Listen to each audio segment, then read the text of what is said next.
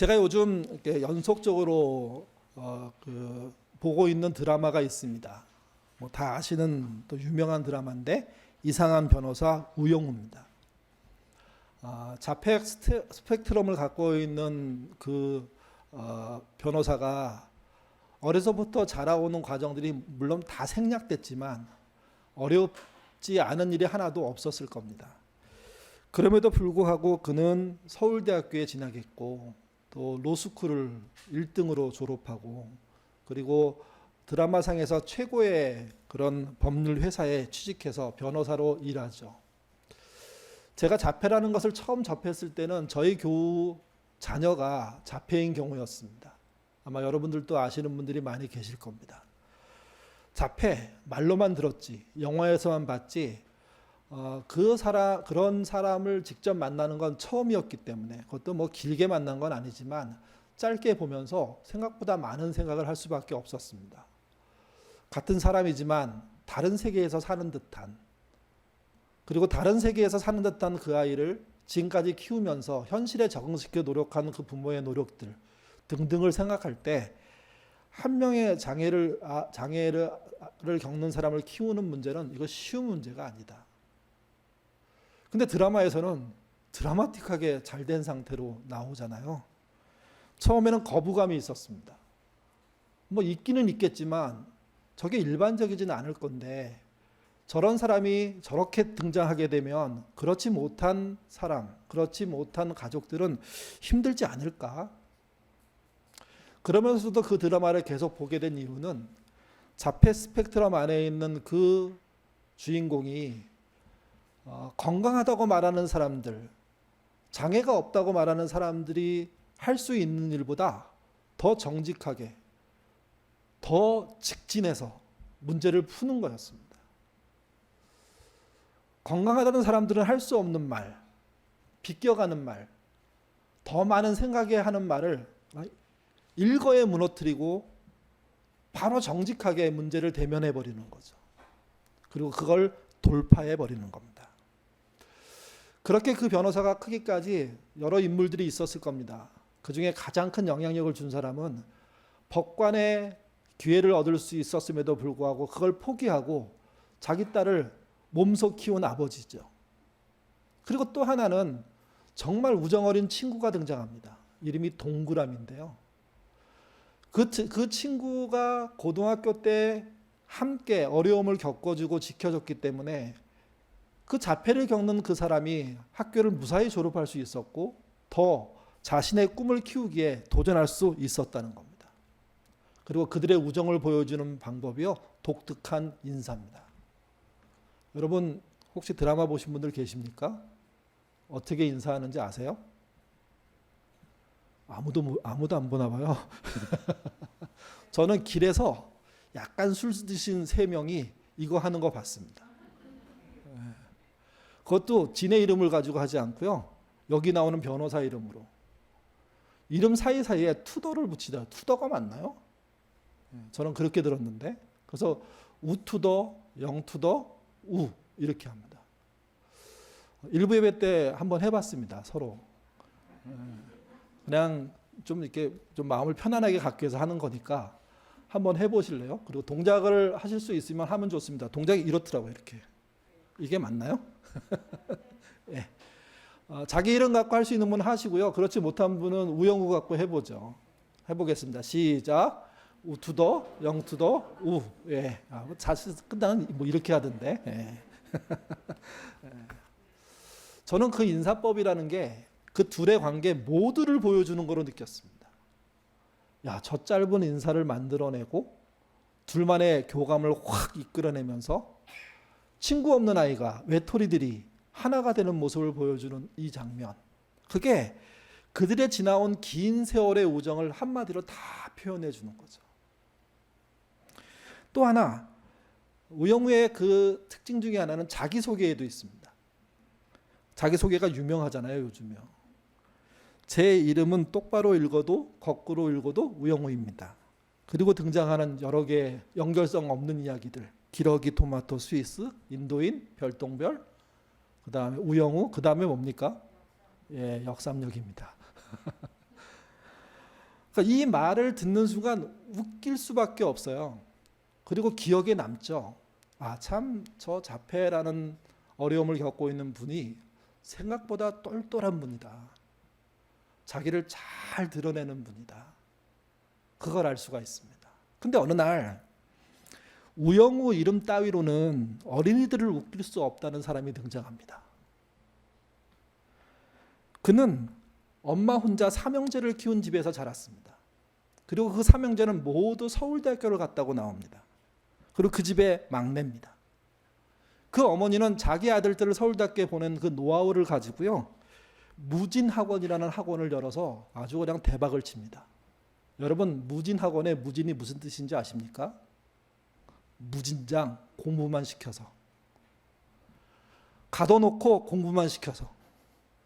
그 방법으로 서울대학교를 보냈고, 한 명이 아니라 3명을 보내니까 주변에서 관심을 가졌고, 그래서 엄마가 학원을 열어서 무진학원의 원장이 된 겁니다. 근데 그런 세 아들 중에 막내가 어느 날 엄마의 모든 공부 방법을 뒤엎는 일들을 벌립니다. 그 일을 벌리는 것 중에 첫 번째가 이거예요. 이름을 개명해 버려요. 그래서 그 이름이 방구뽕이에요. 말만 들어도 피식할 수밖에 없는, 그리고 자기의 직함을 스스로 정해요. 어린이 해방군 총사령관이라고요. 그리고 자기 엄마가 운영하는 학원 가게에서 차에 타 있는 10명의 아이를 납치해요. 그리고 산속으로 데려가서 뭘 하냐면 어린이 해방군 입대식을 해버려요. 아이들은 미심쩍었지만요, 그날 하루 정말 재밌게 놀고 돌아옵니다. 근데 부모들이, 사회가 그 사람들을 가만히 둘 수가 없죠. 그래서 고발당하고 재판이 벌어지죠. 이때 빵구뽕의 죄목은 이겁니다. 미성년자 약취와 유인입니다. 재판이 진행됩니다. 그때마다 일반 사람들이 볼 수 없는 기상천외한 일들이 계속 벌어집니다. 거기다가 자폐 스펙트럼을 갖고 있는 변호사 역시도 그를 호응하면서 그의 입장을 지지하는 쪽으로 점점점 열려져 가죠. 정상이라고 말하는 사람들은 절대 할 수 없는, 그러나 꼭 해야 될 일들을 하는 이 과정들이 생각보다 재밌습니다. 생각보다 마음에 와닿고 미안함을 느끼게 합니다. 마지막 재판이 열리고 최후 진술을 하게 되죠. 최후 진술을 방구뽕이 하는데 이렇게 합니다. 대한민국 어린이의 적은 학교와 학원, 그리고 부모다. 그들은 불안해하는 어린이, 복종하는 어린이를 원한다. 어린이는 지금 당장 놀아야 한다. 어린이는 지금 당장 건강해야 된다. 어린이는 지금 당장 행복해야 된다. 굉장히 평범하고 상식적인 말인데 이 말이 비슷하게 반복되면서 마음을 쿵쿵 찌르는 게 있었습니다. 저는. 그래서 다른 어떤 그 내용보다 이 부분에 굉장히 동의하게 됐고, 나는 내 자식에게 행복을 주는 부모였나? 건강을 주려고 노력하는 부모였나? 잘 놀도록 해주는 부모였나? 하는 생각을 할 수밖에 없었습니다. 학교와 학원에 위탁을 할 수밖에 없는 환경이 우리의 환경이라는 건 다 아실 겁니다. 그 환경 속에 사는 부모도 고민이 많습니다. 학교에 얼만큼 위탁해야 되고 학원에 얼만큼 위탁해야 될지, 그런 고민 없이 매몰차게 몰아치는 부모가 있기 때문에 문제이긴 하지만, 대부분의 부모들은요, 이 정도의 문제, 과정의 문제, 적절의 문제 때문에 사실 고민하거든요. 그렇기 때문에 여기 주장하는 방구뽕의 주장은요, 굉장히 불편합니다. 답답합니다. 누가 그거 모르나? 현실이 아닌데. 그러면서 우리가 생각한 게 그거잖아요. 적절한 위탁 어떻게 해야 될지, 그 적절함이 얼마나 필요한지. 과연 잘했느냐 물어보면요, 잘했다기보다는 미안함이 앞서는 게 우리의 현실입니다. 공부를 어느 정도 해야 행복할까요? 무진장 공부만 시키면, 그 무진 학원에 보내면 행복해질까요? 누가 그러더라고요. 어렸을 때 행복할 경험이 없는 아이는 커서 행복할 리가 없다고. 행복도 돈으로 살려고 할 거라고.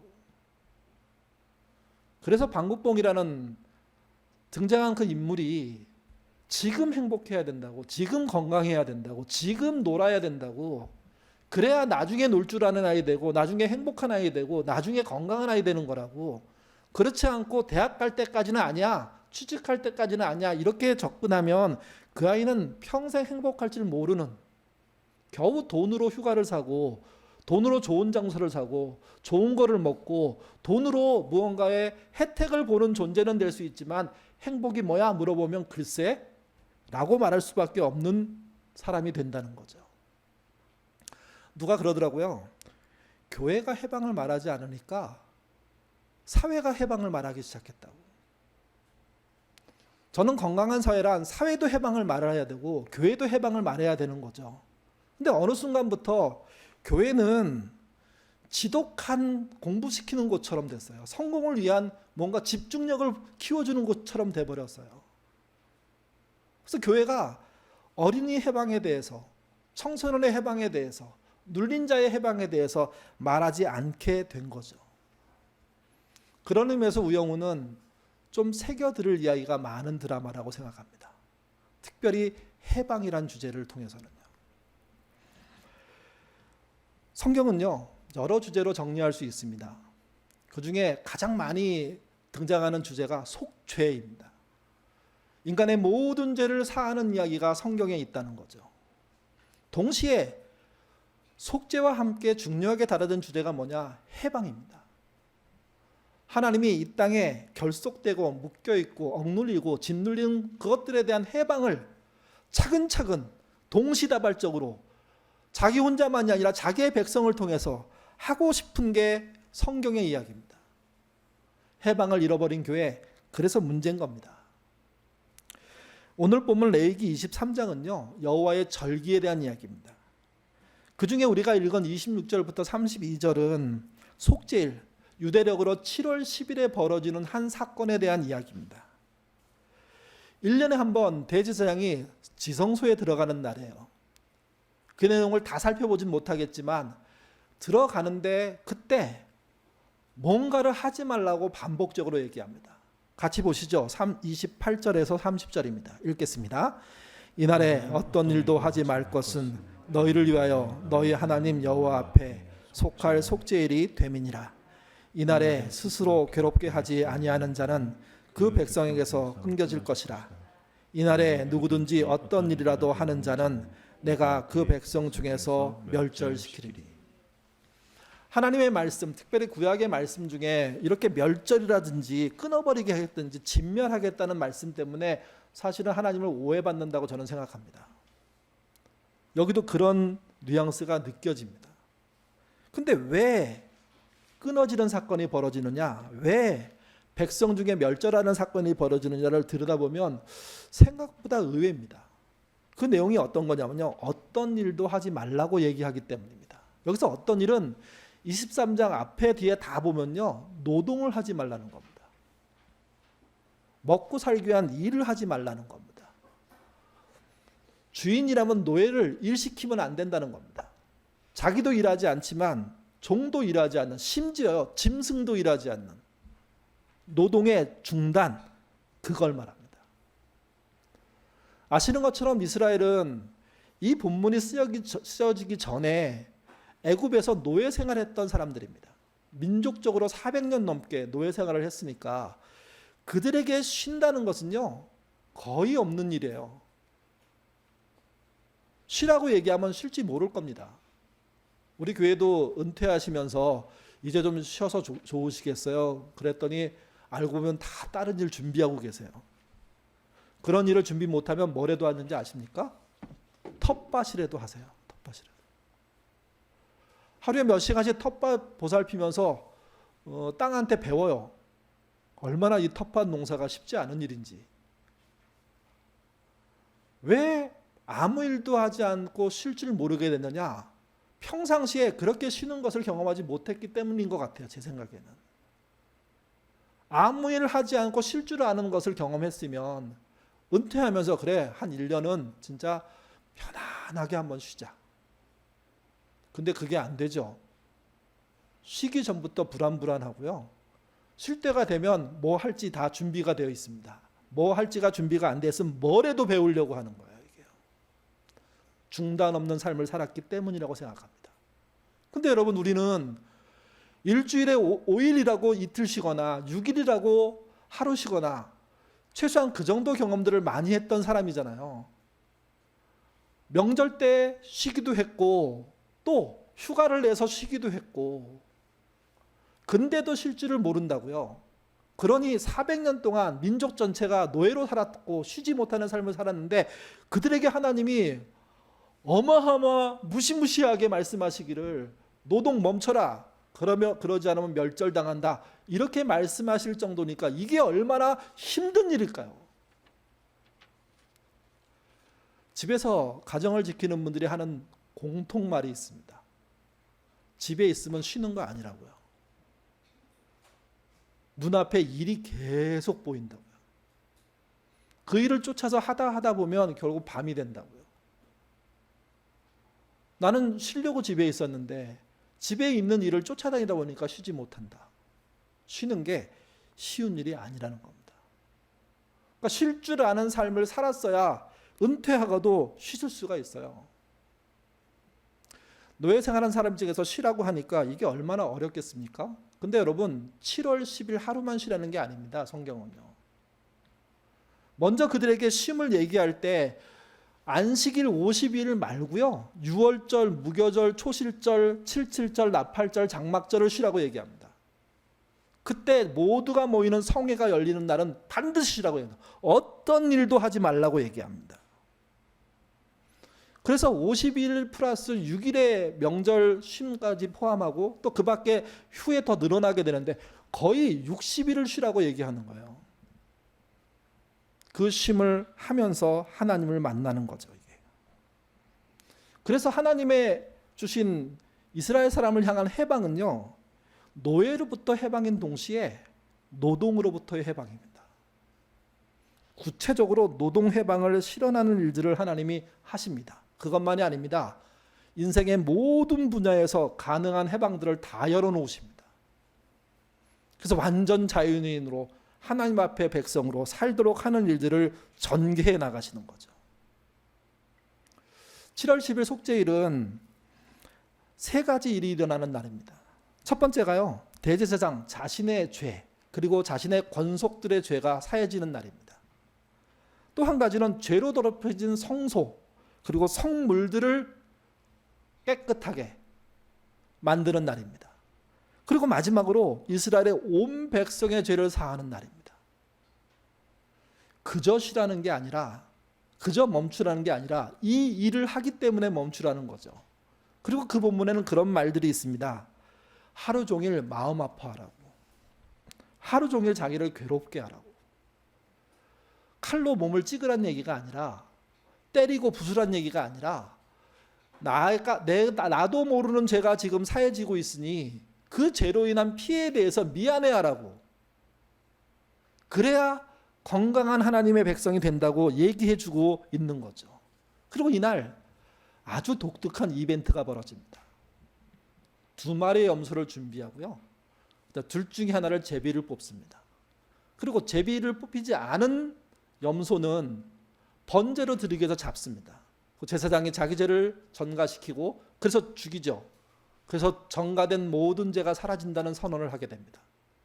그리고 난 다음에 제비에 뽑힌 한 마리의 염소는요, 아사셀이라는 이름을 붙입니다. 이 염소의 특징은 온 백성의 죄를 전가시켜서 광야로 쫓아내는 겁니다. 광야에서 굶어 죽게 만드는 겁니다. 쫓아낸다는 의미 속에는 사실 이런 의미도 있습니다. 절벽 같은 데서 그 염소를 떨어뜨려 버리는 겁니다. 그러니까 더 빨리 죽게 만드는 일들을 사람이 자행하는 거죠. 하나님의 명령에 따라. 왜 그렇습니까? 죄가 사라진다는 것이 그냥 사라지지 않는다는 것을 이 사건을 통해서 알려주시기 위함입니다. 내가 알고 지은 죄는 철저하게 번제를 통해서, 속죄제를 통해서 용서받아야 하고, 그리고 피해를 입혔다면 피해를 입힌 자를 찾아가서 그 모든 것을 복구함으로 용서받아야 한다면, 내가 모르고 지은 죄, 그래서 사회에 남고 사회에 많은 문제를 일으키는 이 죄에 대해서는요, 가슴을 찢으며 애통해함으로 그렇게 회개해야 된다고 얘기하는 겁니다. 그리고 성경학자들은 이때 죽은 아사셀의 염소를요, 예수님의 예표라고 설명합니다. 같이 보시죠. 로마서 3장 24절에서 26절입니다. 읽겠습니다. 그리스도 예수 안에 있는 속량으로 말미암아 하나님의 은혜로 값없이 의롭다 하심을 얻은 자 되었느니라. 이 예수를 하나님이 그의 피로써 믿음으로 말미암아 화목제물로 세우셨으니 이는 하나님께서 길이 참으시는 중에 전에 지은 죄를 간과하심으로 자기의 의로우심을 나타내려 하심이니 곧 이때 자기의 의로우심을 나타내사 자기도 의로우시며 또한 예수 믿는 자를 의롭다 하려 하십니다. 예수님은 스스로 죄가 없음에도 불구하고 자신의 의를 자신을 희생시킴으로 만들었다는 얘기를 하고, 동시에 그 만든 과정을 믿는 자들에게, 그리고 믿고 따르는 자들에게 예수가 보여진 그 의, 그것이 살아나도록 해주는 은혜를 주시겠다고 말씀하는 거죠. 이게 모든 사람을 죄에서 해방시킨 분이 예수님입니다. 이 예수님은 자신의 공생애를 통해서요, 노동 해방도 하셨고요, 과도한 이탁에 대한 해방도 전개하십니다. 돈에 대한 해방도 말씀하시고 실제 실현하시고요, 죽음으로 인생이 끝난 자들의 부활을 일으키심으로 죽음으로부터의 해방까지도 말씀하시는 분이 예수님입니다. 그 예수님을 믿는 신자들은 그러면 어떻게 살아야 됩니까? 기본적으로 우리는 죄로부터의 해방을 외치고 구현하는 삶을 살아야 됩니다. 한 걸음 더 나가면 사람을 얽매이는 것으로부터의 해방을 실현하는 교회가 돼야 되고, 세상에 그런 것이 있을 때 해방하도록 실천하는 움직임이 있는 사람들이 돼야 됩니다. 과도한 학원에 대한 위탁이 문제 있다. 그러면 우리 교인 중에 학원을 하는 사람들은 내가 경영하는 그 학원의 그 자리가 과도한 위탁의 현장이 되지 않도록 만들어야 됩니다. 내가 가르치는 아이들이 인격적으로 소통할 수 있는 아이만큼이 되도록 애써야 됩니다. 나에게 아이를 맡긴 부모들에게 맡기는 게 끝이 아니라 아이와의 소통을 할 수 있는 기회들을 주고 그걸 만들기 위해서 노력해야 되는 겁니다. 그렇지 않고 좋은 대학을 보내고 성적을 높이고 하는 학원으로서만 유명해지기 시작한다면 해방을 위해서 살아야 될 사람이 해방을 막는 사람이 되는 것이고, 그러면 그 학원의 존재 이유, 그 신자의 존재 이유는 세상에서 사라지는 거죠. 신자의 모든 직업은요, 해방을 보여주는 일들이 돼야 됩니다. 아니, 회사에서 내가 격리 담당인데 뭘 해방을 보여줄 수가 있어? 숫자로 해방을 보여줄 수 없다면, 그런 구조라면, 그러면 관계를 통해서 보여야 되는 거죠. 기독교인 너무 짜, 말 많아, 문제 있어, 그런 게 아니라 저 사람 예수 믿는데 다르네, 우리를 생각해 주네, 우리와 함께하기 위해서 애쓰네. 주일날도 못 쉴 건데 교회 가서 무슨 일을 한다며, 근데 우리와 함께하기 위해서 시간을 내려고 노력하고 애쓰고, 아이들을 키울 때를 봐도 달라. 나는 한 번도 생각하지 못한 아이들 제안들을 아이들한테 하기도 하고, 또 아이들이 던진 질문을 고민하기도 하고, 그걸 우리한테 물어봐도 주고, 그러면서 길을 찾고, 그런 해방의 삶들을 보여주는 것, 그게 신자가 되는 거죠. 이게. 여러분, 우리나라의 주거를 표현하는 말 중에 지옥고라는 말이 있습니다. 지옥고가 뭔지 아십니까? 요즘은 별로 이렇게 많이 올라오진 않는데, 최근에 우리 그 홍수로 인해서 생긴, 비로 인해서 생긴 이제 그런 사건들 때문에 다시 이게 올라오기 시작하는데요. 지옥고는 세 가지 단어의 줄임말입니다. 지하, 옥탑, 그리고 고시원. 그 세 곳은 사람이 살고 있는 주거 형태이기도 합니다. 사실은 반지하는 없죠. 지하죠, 그냥. 근데 조금 위로 창문이 나 있고 문이 나 있다고 생각해서, 또는 한쪽이 넓게 세상을 볼 수 있다고 생각해서 반지하라는 이름을 붙였습니다. 또 하나는 옥탑방입니다. 그리고 또 하나가 고시원이죠. 여러분, 반지하의 가장 취약한 것은 습기입니다. 반지하를 경험하신 분들은 다 소원이 그겁니다. 지상으로 올라가는 거 아닙니까? 거기 사는 게 창피하기도 하지만 당당하더라도 이 상태에서 계속 살 수는 없다는 겁니다. 그래서 습기를 피해서 지상으로 올라와야죠. 배수에 취약합니다. 이번에도 그것 때문에 사건이 벌어지지 않았습니까? 옥탑방은 물탱크가 있는 곳입니다. 원래 물탱크를 넣어놓고 그냥 벽돌로 엉성하게 쌓아놔서 사실은 단열이 전혀 되지 않는 그런 곳인데 어느 날 건축법이 바뀌면서 물탱크를 없애도 되게 된 거예요. 그러면서 그 공간이 비어버리니까 뭐 그 당시에 살고 있는 모든, 지금도 그렇지만 건물주들이 그 건물의 활용도를 생각할 수밖에 없잖아요. 또 그곳에서 살겠다고 들어오는 사람들이 있게 되는 거죠. 그래서 옥탑방은요, 단열에 취약합니다. 어마어마하게 덥고요, 어마어마하게 춥습니다. 그런 취약성을 가진 집, 그게 옥탑방입니다. 근데 요즘은 이게 저는 드라마 때문에 문제라고 생각하는데, 거기 사는 게 무슨 이렇게 굉장히 누리고 사는 것처럼 표현이 돼요. 전구 여러 개 붙여놓고 캠핑용 의자 갖다 놓고 그릴 갖다 놓고 고기 구워 먹으면서 와인 마시고 커피 마시고 막 이러면, 아, 여기가 진짜 힐링하는 곳이야, 이렇게 되는데 실제 옥탑방 중에 그런 방 없습니다. 그래서 유명한 정치인들이 옥탑방 가서 살기 한다고 하다가 다 포기하고 나왔잖아요. 이건 죽으란 얘기다 이거죠. 여러분, 옥탑방만 그러나요? 빌라의 5층 또는 빌라의 6층, 그 여름 그 겨울 혹독합니다. 그리고 마지막에 고시원입니다. 사생활 보호가 전혀 안 되고, 그리고 화재에 가장 취약한 곳. 불이 났다가 하면 큰 사고 나는 데죠 이게. 여러분, 지옥고로 불리는 이 거주 형태가 우리나라에 얼마나 있는지 아십니까? 10년도 그 통계로만 봐도요 57만 가구입니다. 거기서 사는 사람들은 2를 더 곱해야 됩니다, 최소한. 그러니까 100만이 넘는 사람들이 그곳에 삽니다. 그 지옥고가 다 어디에 있는 줄 아십니까? 대도시에 있고요, 특별히 수도권에 있습니다. 인천, 부천에 생각보다 많죠, 사실은요. 교인 중에 그곳에 사는 사람, 그런 곳에 사는 사람을 알게 되면 이 비에 전화했어야 됩니다.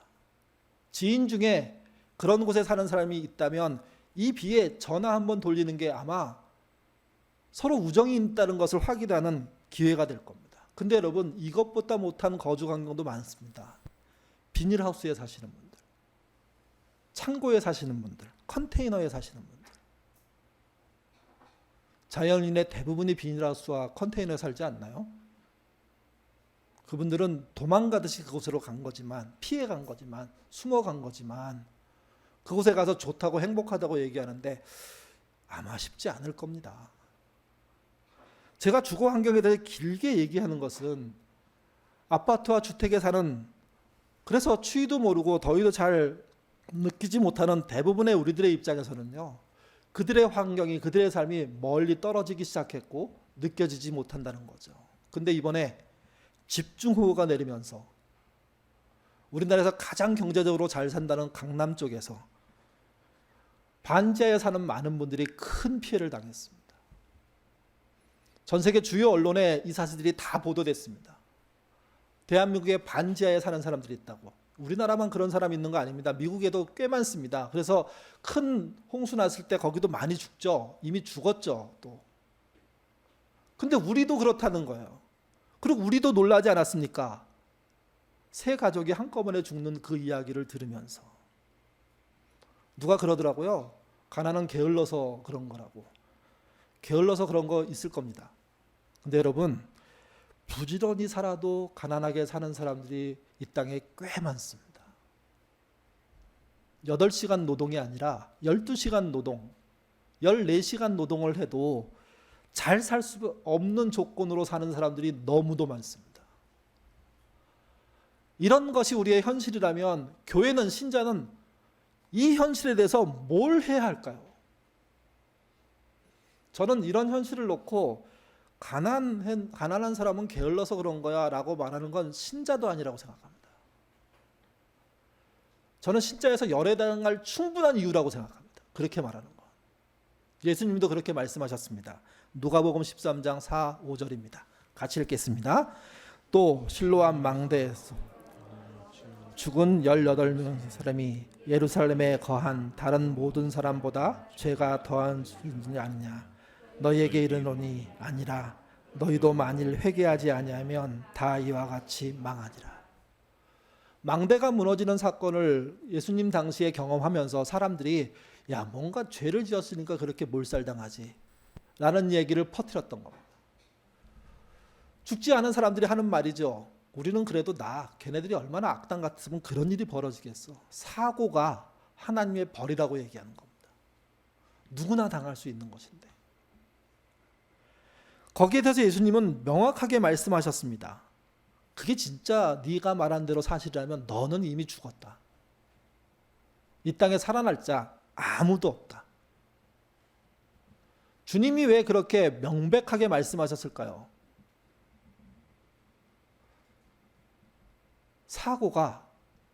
사고가 아니라 사고당하지는 않은 사람들이 자기 식으로 평가하는 그거 인정할 수가 없다는 겁니다. 왜?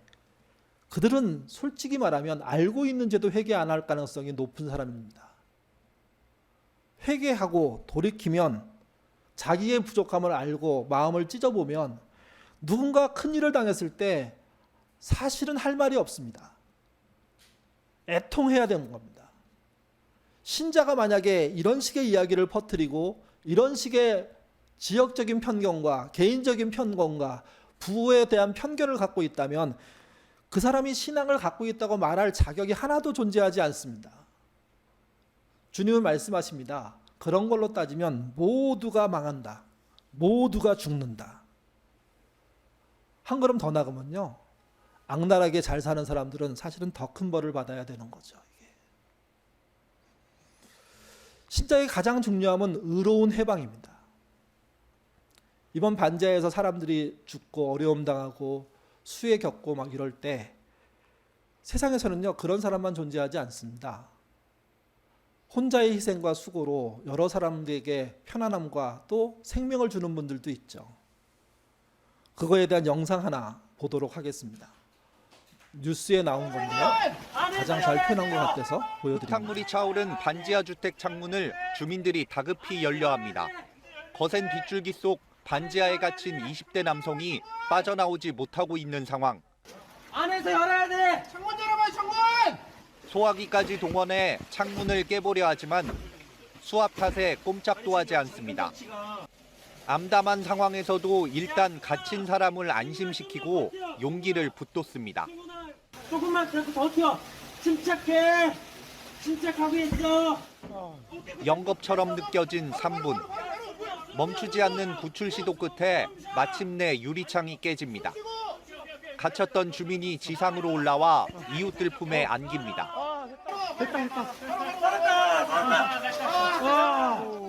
300mm 넘는 장대비가 쏟아진 지난 8일 밤 서울 관악구 신림동에서 만들어진 기적입니다.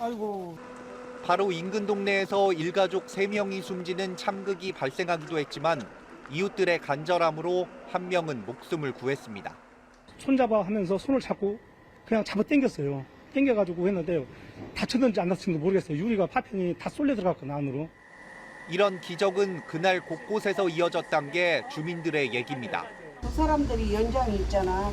그걸로 이거 떼고 둘이 구조하고 여기는 아가씨 구조하고 그 사람들 아니면 여기 우리 죽었어요.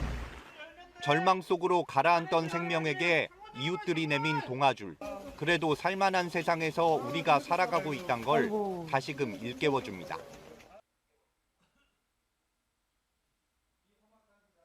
수 있는 가장 큰 동력은 이렇게 희생해서 누군가를 살리는 사람들 아닐까요? 그리고 이 일에 우리의 믿음의 주 되신 예수님은 앞장서신 분입니다.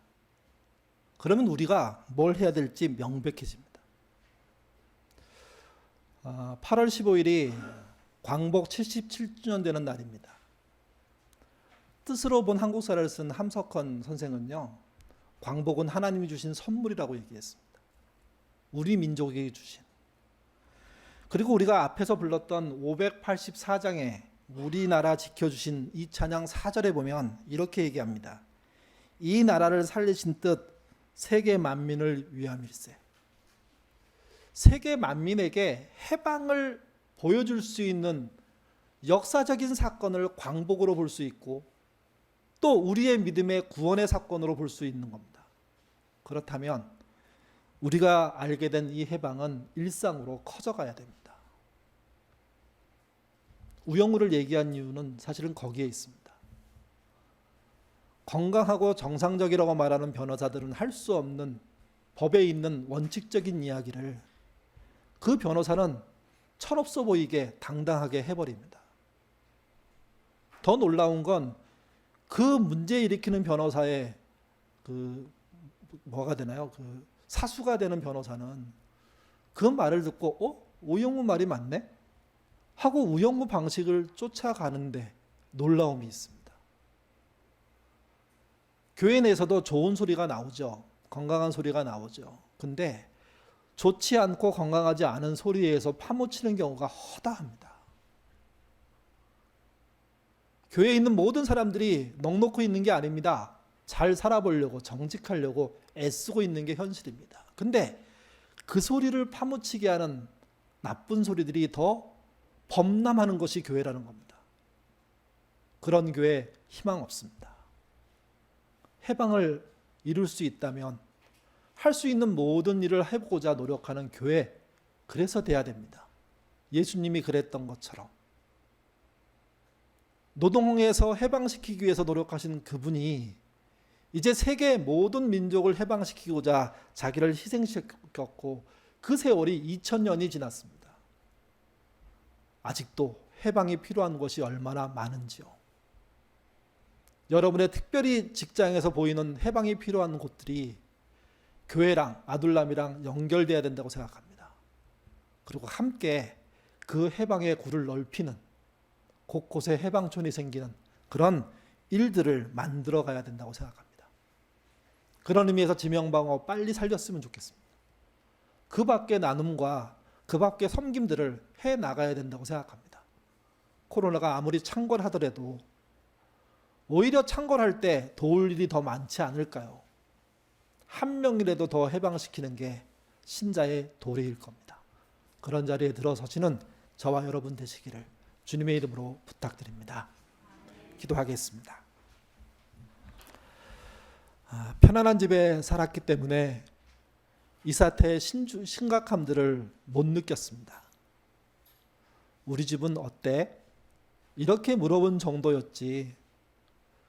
반지하에 살고 옥탑방에 살고 고시원에 살고 비닐하우스에 살고 컨테이너에 사는 사람들이 눈에 들어오지 않았습니다. 저녁에 갑자기 닥친 세 사람이 죽었다는 그 반지하 사건의 이야기를 듣고서야 이게 엄청난 일이 벌어지고 있는 거구나 하는 느낌을 받았습니다. 하나님의 은혜로 죄에서 구원받았고 심지어 기억하지 못하는 죄까지 다 사해 주시는 은혜를 누렸다고 얘기하는 우리가 이렇게 둔감합니다. 주님이 출애굽한 이스라엘 사람들에게 속죄일에는 절대 일하지 말라. 일하는 자는 죽일 것이다 라고 경고했던 것은 진정한 하나님의 해방을 누리게 하기 위함이었습니다. 그리고 그 해방을 누리면서 알게 되는 미안함들, 죄송함들, 그리고 내가 잘못 살았던 삶의 흔적들, 그거에 대해서 애통하기를 바란 겁니다.